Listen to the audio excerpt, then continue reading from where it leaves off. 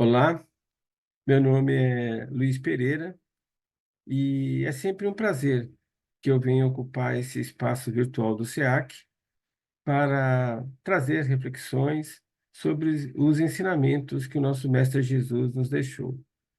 Eu confesso que me sinto privilegiado por ser um instrumento do nosso Mestre, da nossa doutrina, nestes momentos que aqui estou, trazendo reflexões, ajudando com informações que possam expandir as nossas consciências, nos facilitando a caminhada que fazemos neste plano.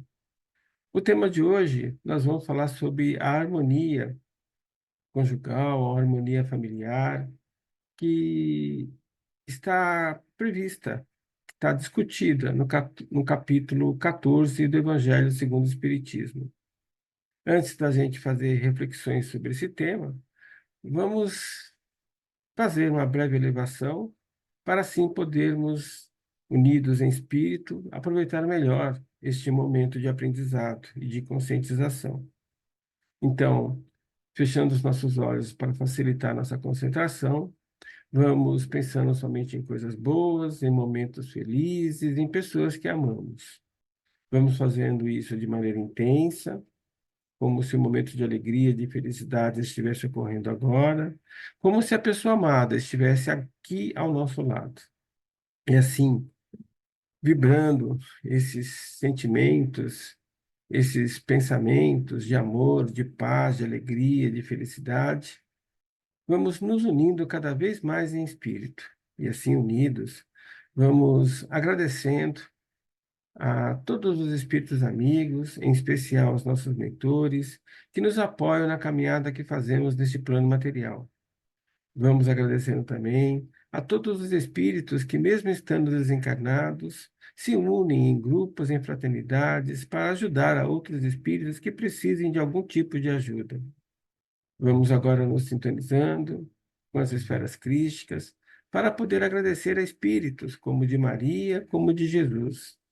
A Maria, vamos agradecendo pelas bênçãos que envia para toda a humanidade, bênçãos de amor, bênçãos de paz, que possamos nós estarmos sempre receptíveis a essas bênçãos e que possamos sempre distribuir essas bênçãos de maneira farta a todos aqueles que estiverem à nossa volta. A Jesus, vamos agradecendo pelos ensinamentos e pelos exemplos que nos deixou quando aqui esteve encarnado. Que possamos nós, no nosso dia a dia, viver de maneira cristã, para que assim, com o nosso exemplo, possamos motivar e incentivar a que outras pessoas também vivam de maneira cristã. E agora, vamos nos sintonizando com o nosso Pai Maior, Ele que é Criador desse universo, Ele que se manifesta em todo tempo e lugar, e que, portanto, está aqui manifesto em tudo que nos cerca, incluindo a nós mesmos. Vamos agradecendo por tudo que temos, por tudo que somos, e como forma de materializarmos esse nosso agradecimento, esse nosso reconhecimento, vamos oferecendo a Ele a prece que o Mestre Jesus nos ensinou. Pai nosso que estás nos céus, santificado seja o vosso nome, que venha a nós o vosso reino e que seja feita a vossa vontade, assim na terra como nos céus. Que o pão nosso de cada dia nos dai hoje e que perdoai as nossas ofensas, assim como nós perdoamos a quem nos tem ofendido. E não nos deixeis, Pai, cair em tentação, livrando-nos sempre de todos os males que estão à nossa volta. Que assim seja, graças a Deus. Bom, vamos às nossas reflexões. Eu, como sempre, gosto de trazer as reflexões em cima de trechos do Evangelho, porque assim, penso eu, as reflexões ficam mais fáceis de ser compreendidas e de serem lembradas da sua importância, do seu valor para a nossa evolução. Então, eu vou ler aqui um trecho de Mateus, que nos fala sobre o parentesco entre espíritos. Então, vamos lá. Naquele tempo, enquanto Jesus estava falando às multidões, sua mãe e seus irmãos ficaram do lado de fora, procurando falar com ele. Alguém então disse a Jesus: Olha, a tua mãe e teus irmãos estão aí fora e querem falar contigo. Jesus então perguntou àquele que tinha falado: Quem é minha mãe? E quem são os meus irmãos? E, estendendo a mão para os discípulos, Jesus disse: Eis aqui a minha mãe e eis aqui meus irmãos. Pois todo aquele que faz a vontade do meu Pai, que estás nos céus, esse é meu irmão, esse é minha irmã, esse é minha mãe. Esse trecho está em Mateus, capítulo 12, versos de 46 a 50. Agora eu quero ler aqui um trecho do livro do Êxodo, Antigo Testamento, no capítulo 20, versículo 12. Honra a teu pai e a tua mãe, para que se prolonguem os seus dias na terra que o Senhor te dá. Então, são essas as leituras que vão embasar as reflexões que quero fazer. Bem, na primeira leitura, Jesus, quando questiona aquele que pergunta, aquele que lhe traz a notícia que a sua mãe e seu irmão estão lá fora, então Jesus o pergunta: quem são seus irmãos, quem são sua mãe? E Jesus, apontando para seus discípulos, diz que entre seus discípulos estão seus irmãos, sua mãe, sua irmã. O que Jesus quer nos dizer é que todos nós somos irmãos e que todos nós compartilhamos dessa fraternidade, porque temos a mesma origem, temos o mesmo Pai. Estamos só em momentos diferentes de evolução de consciência.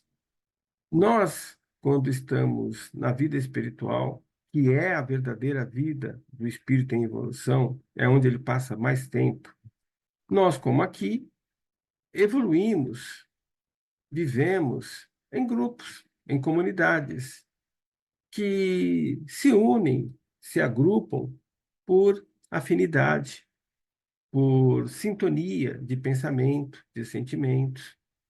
Em resumo, nós evoluímos em grupos de espíritos, em tribos de espírito.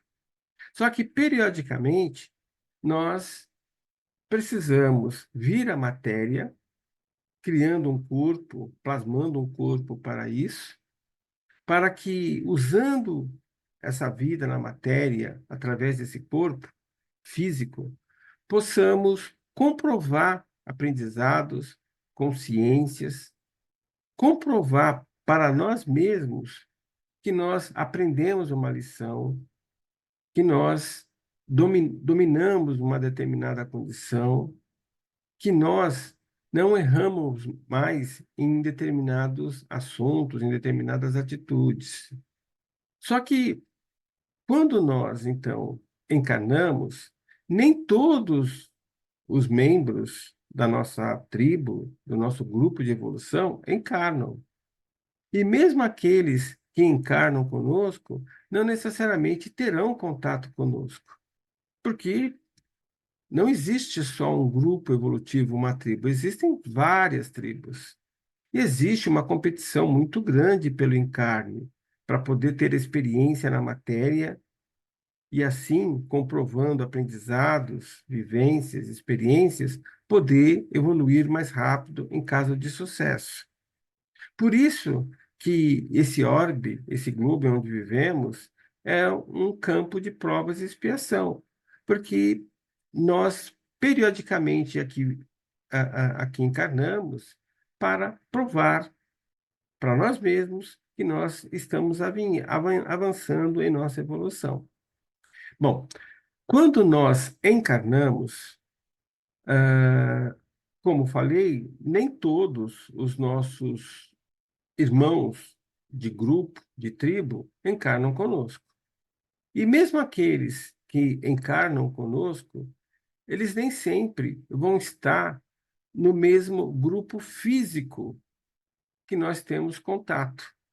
Quando o espírito começa a ter experiências na matéria, ele sempre cria grupos, de novo, por afinidade, por sintonia de pensamento e sentimento.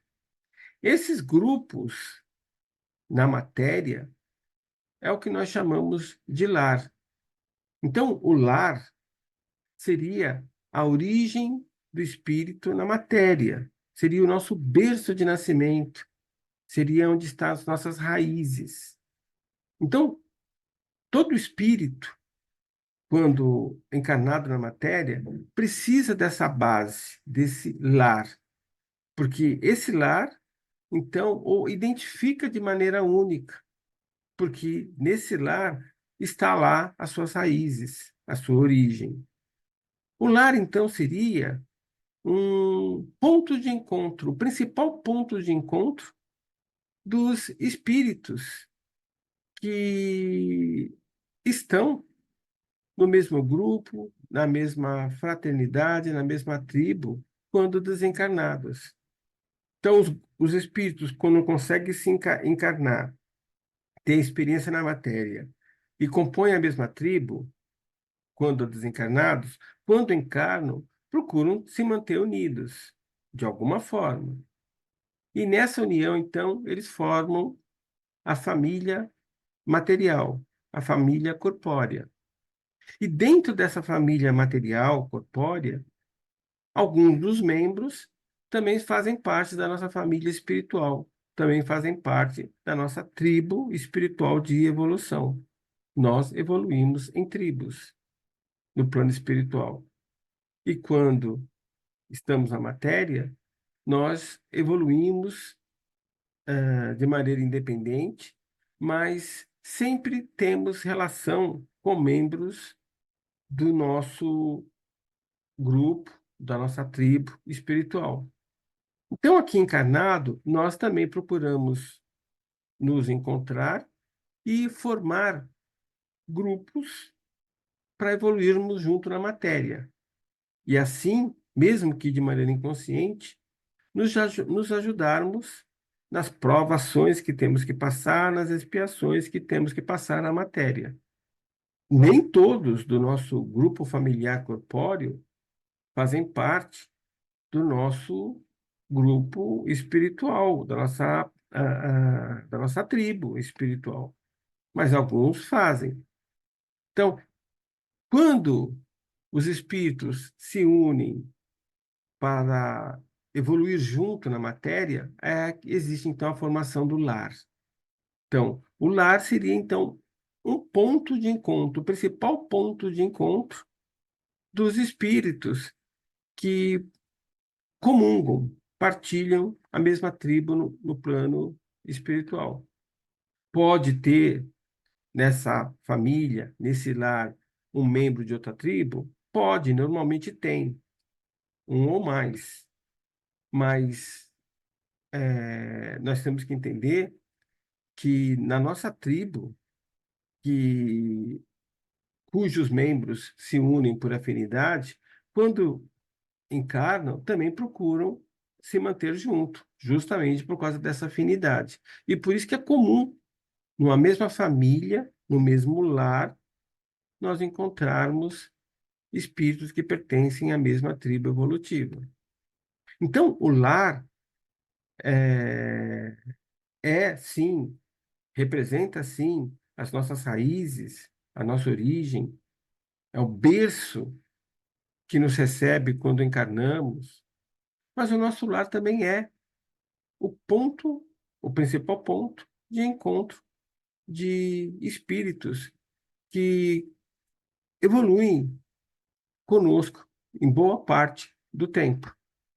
O nosso lar, além de ser esse principal ponto de encontro, ele é um templo, ele configura um templo, porque é o nosso lugar, é onde estão os nossos amores.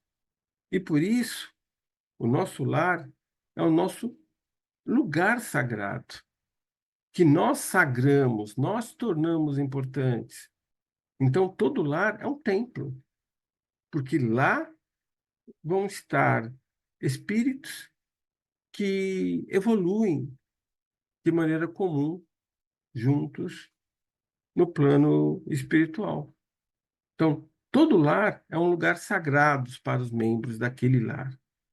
Como todo lar também não deixa de ser uma, uma escola, porque é nesse lar onde os espíritos vão aprender e também relembrar conceitos de ética, conceitos de moral. Então, os nossos lares são, sim, templos, mas também são escolas de aprendizado. Como também os nossos lares são portos seguros, porque é lá que normalmente nós queremos descansar, equilibrar as nossas forças, é um local de proteção, onde nos sentimos seguros. Então, repassando, nós espíritos evoluímos em tribos, periodicamente, para comprovar aprendizados, vivências, experiências. Alguns membros dessa tribo, do plano espiritual, parentes do plano espiritual, encarnam e, por afinidade, pela mesma comunhão de pensamentos e sentimentos que tinham no espiritual, no plano espiritual, procuram também estar juntos no plano físico, construindo, definindo lares. Então, esses lares denotam as raízes, a origem desses espíritos no plano material. Mas esses lares também configuram um ponto de encontro, o principal ponto de encontro de espíritos que evoluem na mesma tribo espiritual, são irmãos espirituais. Também configura um templo, porque é um lugar sagrado, um lugar nosso, de nossos amores. Também configura um porto seguro, porque é onde o espírito pode recuperar as energias, entrar em equilíbrio, se proteger, descansar. E também configura uma escola, onde o espírito aprende, rememora lições de ética e moral. Agora, todo lar também é um laboratório. Porque quando o espírito encarna, como eu já falei, a ideia é ele praticar, comprovar aprendizados, vivências, experiências. E então, o plano material é um campo de provas. Só que o lar é o principal campo de provas, é o laboratório, porque nós encarnamos justamente para comprovar aprendizados, vivências, conscientizações, e onde nós normalmente mais ficamos é o nosso lar, é onde ficam as pessoas que amamos. Então, o principal laboratório, porque todo o plano material é um laboratório de aprendizados, de práticas, mas o principal também é o nosso lar, é as nossas casas. Então, é lá que nós temos as nossas primeiras provas.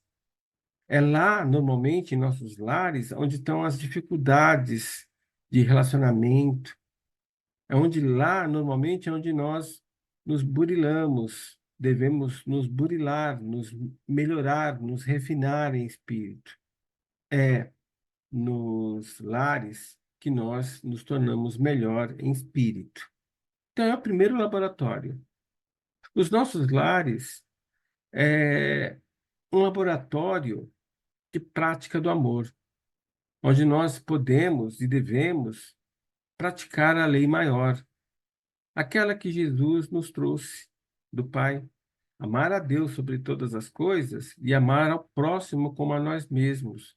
Mas quem são os próximos, mais próximos de nós, que não os membros do nosso lar? Os membros que configuram o nosso lar. Então, é no nosso lar que nós devemos praticar o amor para que possamos, num segundo momento, estender essa prática para campos de prova além do nosso lar. E a dificuldade é que, normalmente, por causa da convivência, da intimidade, é onde normalmente temos mais dificuldades de nós vivenciarmos as nossas provas, de nós ultrapassarmos os obstáculos que encarnamos para aprender a controlar, a sobrepor. É comum nós sermos indulgentes, tolerantes, pacientes com pessoas que estão fora do nosso lar. Ou seja, nós somos educados, carinhosos, pacientes, tolerantes, às vezes mais com os colegas do trabalho do que com os membros da nossa família. Tudo bem que essas relações fora do trabalho, na maior parte das vezes, são representações de cordialidade, de respeito, de carinho, mas a ideia é que essas práticas sejam feitas com verdade. Mas para que isso seja possível, nós temos que começar em nossos lares, demonstrando o amor ao próximo em nossos lares, materializando o amor em nossos lares. Kardec perguntou para os espíritos qual a melhor forma de praticar a caridade, de materializar o amor. E eles responderam: sendo benevolente, sendo indulgente, praticando o perdão. Então, nós precisamos fazer isso, realizar isso com os membros de nossa família, sendo bom de verdade, fazendo o bem para eles, mas de coração, com verdade, o tempo todo. Porque ser benevolente é praticar o bem o tempo todo. Ser indulgente, tendo paciência, tendo tolerância com os nossos pais, com os nossos filhos, com os nossos companheiros, respeitando os seus limites, aceitando as diferenças e praticando perdão, não deixando que se desenvolvam em nós sentimentos ruins que nascem da nossa relação com os nossos parentes corpóreos. Temos que aprender a perdoar o tempo todo. Isso é questão de prática. Se nós usarmos os nossos lares como esse laboratório de prática de amor, fica mais fácil depois nós estendermos essa prática do amor para além dos nossos lares. E eu quero encerrar essa preleção trazendo alguns conselhos para que nós possamos manter harmônico o nosso convívio em nossos lares, na nossa família corpórea. Primeiro, materializando a indulgência, não criticando, não reclamando, sendo tolerante, sendo paciente, enfim, sendo indulgente. Esse é o desafio. Não reclamar dos nossos companheiros, de nossos pais, de nossos filhos, de nossos irmãos, sermos mais tolerantes, sermos mais pacientes. Outra dica, nós demonstrarmos de forma prática o nosso amor. Como? Demonstrando carinho, procurando ajudar de alguma forma, priorizando a relação em detrimento às nossas necessidades, às nossas vontades. Não isso de forma definitiva, senão nós iremos nos anular, mas priorizando de maneira inteligente a relação. Então, é uma forma de demonstrar amor. Quando nós priorizamos, por exemplo, o nosso ente querido. Nós paramos, por exemplo, de escrever um e-mail, de ler um livro, para dar atenção, para dar o nosso tempo ao ente querido. Demonstrar carinho, procurar ajudar. Uma outra dica para manter o nosso lar harmonioso, é sempre nos mantermos otimistas, positivos, alegres. Ninguém gosta de conviver com alguém que está reclamando, que está triste, que está depressivo. Então, nós temos sempre procurar nos manter em alto estado de consciência, em estado cheio de recursos, sempre otimistas, sempre motivados. Se nós nos mantermos sempre dessa forma, alegres, felizes, otimistas, se nós sempre procurarmos demonstrar o nosso amor, dando prioridade, demonstrando carinho, ajudando, se nós evitarmos críticas, se nós evitarmos julgamentos, vai ficar muito mais fácil o convívio vai ficar muito mais harmônico. Que possamos, então, cada um de nós, ser agentes da paz, agentes de amor em nossos lares, colocando em prática essas reflexões que aqui fizemos. Vamos, então, agradecer esse momento, fazendo as nossas vibrações finais. Para isso, vamos enviando radiações de amor, de paz e de alegria a todos aqueles espíritos encarnados ou não, que a nossa mente, a nossa consciência possa alcançar. Espíritos que se encontram reclusos em leitos hospitalares, em prisões, em asilos, em orfanatos, em nossas ruas, às vezes sem ter o que comer, em campos de guerra, em locais de sofrimento por causa de desastres da natureza, que eles possam receber o nosso amor na forma dessas radiações que estamos enviando pela nossa vontade, pelo nosso pensar. Que eles possam se sentir de alguma forma reconfortados, revigorados, esperançosos em dias melhores. Vamos vibrando também por nossos amores, pelos nossos pais, pelos nossos filhos, pelos nossos companheiros, pelos nossos irmãos, pelos nossos amigos de trabalho, de escola, para que eles também possam receber essas energias que estamos usinando, processando e enviando, de forma que essas energias possam vitalizar seus corpos físicos, trazendo saúde, que possa iluminar suas mentes para que tenham clareza, consciência no seu caminhar.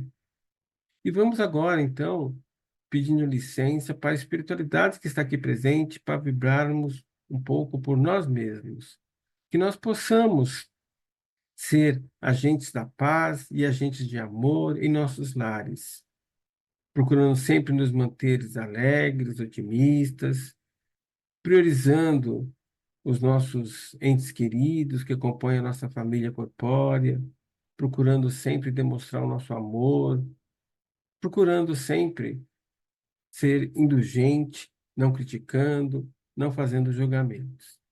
E como forma de materializarmos todo o nosso agradecimento por mais essa oportunidade que tivemos de reflexão, vamos oferecendo ao nosso Pai Criador, mais uma vez, a prece que o Mestre Jesus nos ensinou. Pai nosso que estais nos céus, santificado seja o vosso nome. Que venha a nós o vosso reino e que seja feita a vossa vontade, assim na terra como nos céus. Que o pão nosso de cada dia nos dai hoje e que perdoai as nossas ofensas, assim como nós devemos perdoar a todos aqueles que nos têm ofendido. E Pai, não nos deixe cair em tentação, livrando-nos sempre de todos os males que estão à nossa volta. Que assim seja, graças a Deus. Uma grande semana para vocês, que vocês tenham muita saúde e que a paz e o amor de Jesus estejam sempre conosco, hoje e sempre. Até a nossa próxima oportunidade. Que assim seja.